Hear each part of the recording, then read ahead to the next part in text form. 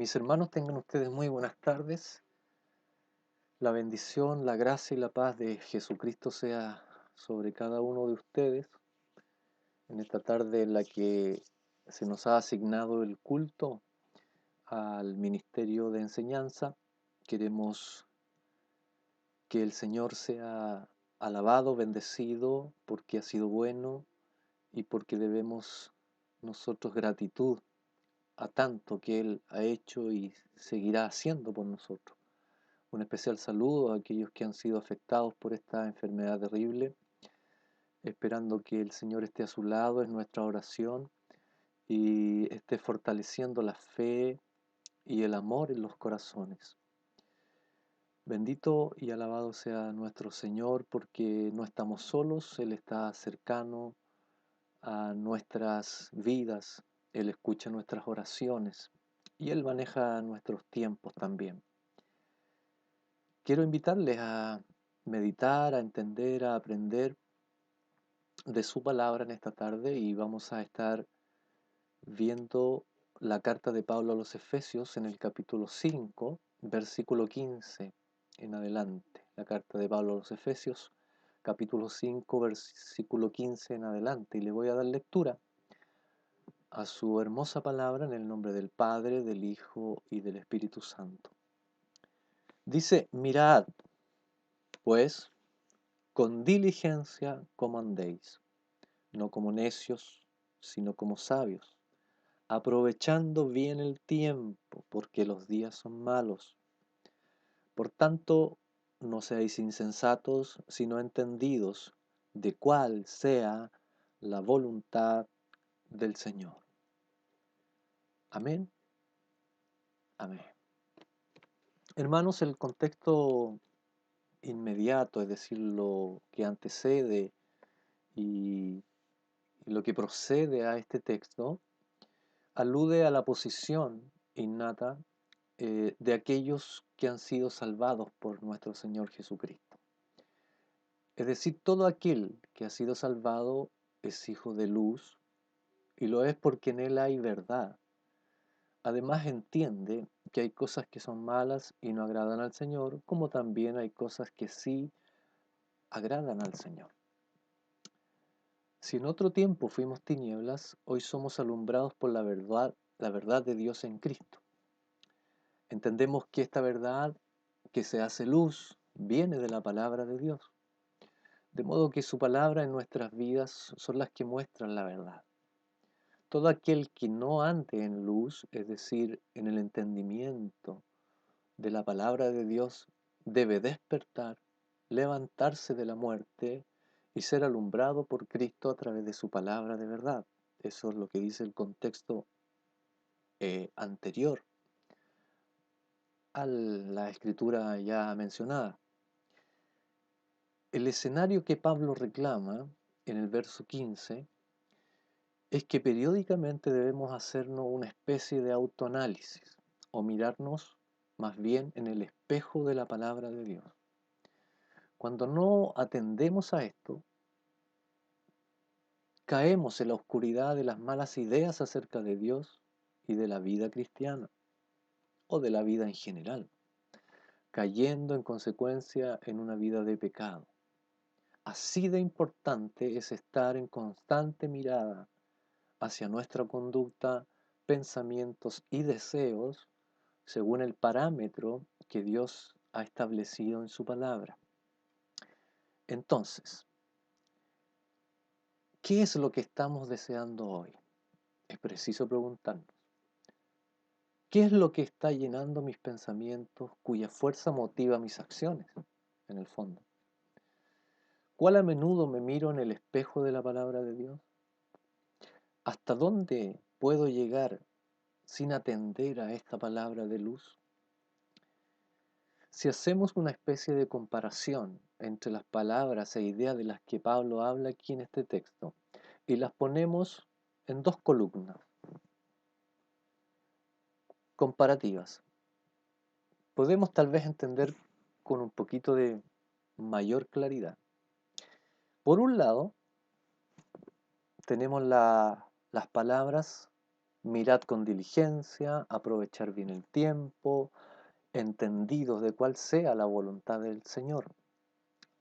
En el otro extremo tenemos las palabras andar como necios, insensatos y que los días son malos. Estos dos grupos o conjuntos de características pueden ser parte hoy de nuestras realidades, dependiendo de cuánta importancia tiene para nosotros la cercanía de la voz de Dios, la luz de Dios, la voluntad de Dios. Sin duda, los días son malos, no necesariamente por esta enfermedad que abate al mundo, sino por el pecado. La maldad que hoy se expresa no solo en evidentes malas acciones, sino aún peor, se ha entretejido con la verdad de Dios, formando una mezcla engañosa que en las conciencias a algunos autoriza a aceptar una vida justificada en el cómo yo me siento, más que en el qué opina Dios respecto a esto. Y esto es más peligroso porque pensamos que Dios apoya esa manera de pensar y actuar. Mientras el mundo vaticina mejores días, ¿cierto? Pablo sabía que el hombre iba de mal en peor. Nosotros sabemos que va de mal en peor. Por esta razón, que se nos recomienda no andar como necios o insensatos, viviendo como si fuéramos de este mundo, haciendo las cosas del mundo, deseando lo que el mundo desea, con codicia y aspiraciones que son del mundo y no de Dios. Es por esto que Pablo, más bien el Espíritu Santo que inspiró a Pablo, nos indica en el verso 15, mirad, es decir, fijarse, analizar con diligencia. Esta palabra, diligencia, viene del latín, cuyo significado tiene que ver con la acción de separar con dedicación escrupulosa una cosa de otra. Es decir, con importancia y con amor se debe esmerar en elegir. Por supuesto, el antónimo, ¿cierto?, de diligencia es pereza, y la pereza la podríamos traducir como la indiferencia o poca importancia en atender, en este caso, la voluntad de Dios. Entonces Pablo indica que con diligencia se debe aprovechar bien el tiempo y en entender cuál sea la buena voluntad de Dios. Voy a repetir.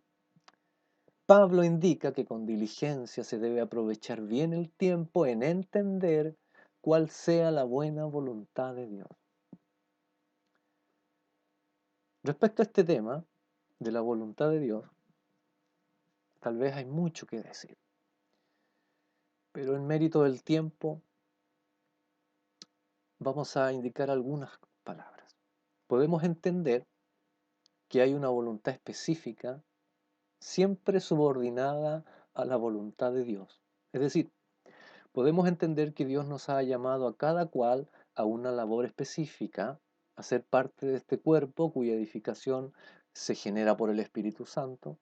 De ahí la importancia que Pablo le da en los siguientes versículos respecto a ser llenos del Espíritu. Pero en esta labor intervienen sus hijos, usted y yo. Dios nos usa a usted y a mí, a nuestros hermanos, a cada uno, al mayor, al más pequeño. Dios hace su obra a través de nosotros. Pero todo esto debe estar dentro de la voluntad de Dios expresada en las Escrituras. ¿A qué se refiere? A andar en amor, por un lado, ¿cierto? Siempre, todo lo que hacemos, todo lo que hace un hijo de Dios, ya sea hablar, ya sea obrar, tiene que estar en amor. Por otro lado, la voluntad de Dios es personal en el sentido de que a cada cual Dios le ha asignado una relación personal con él. Por ejemplo, en muchas ocasiones debemos orar en un lugar todos juntos, pero a usted de forma personal Dios le manda a que le busque, a que ore, quizás a cierta hora, o a hablarle a alguien de determinada manera y de cierto tema espiritual con ciertas palabras específicas, ¿sí? Si bien en todos se cumple el proceso por el cual pasaremos, no siempre se presenta de la misma manera. A unos Dios los trata en el fuego de una enfermedad y ahí Dios les enseña ciertas verdades. A, a unos Dios les enseña a través de otras situaciones. A otros Dios hace entender de una forma que a otros no. Pero lo que no debemos olvidar es que, por un lado, estas situaciones se deben subordinar a la palabra de Dios y también entender que cada uno debe tener la sensibilidad para atender a la voluntad personal de Dios, a lo que Dios quiere contigo de manera personal. Es posible que Dios le esté pidiendo algo que a otros no. Es posible que Dios coloque en sus oraciones a personas específicas o que deba tomar una decisión que cuesta, que es difícil. Pero también todo esto debe estar dentro del espíritu de las Escrituras, dentro del marco de las Escrituras. Dios no se puede contradecir.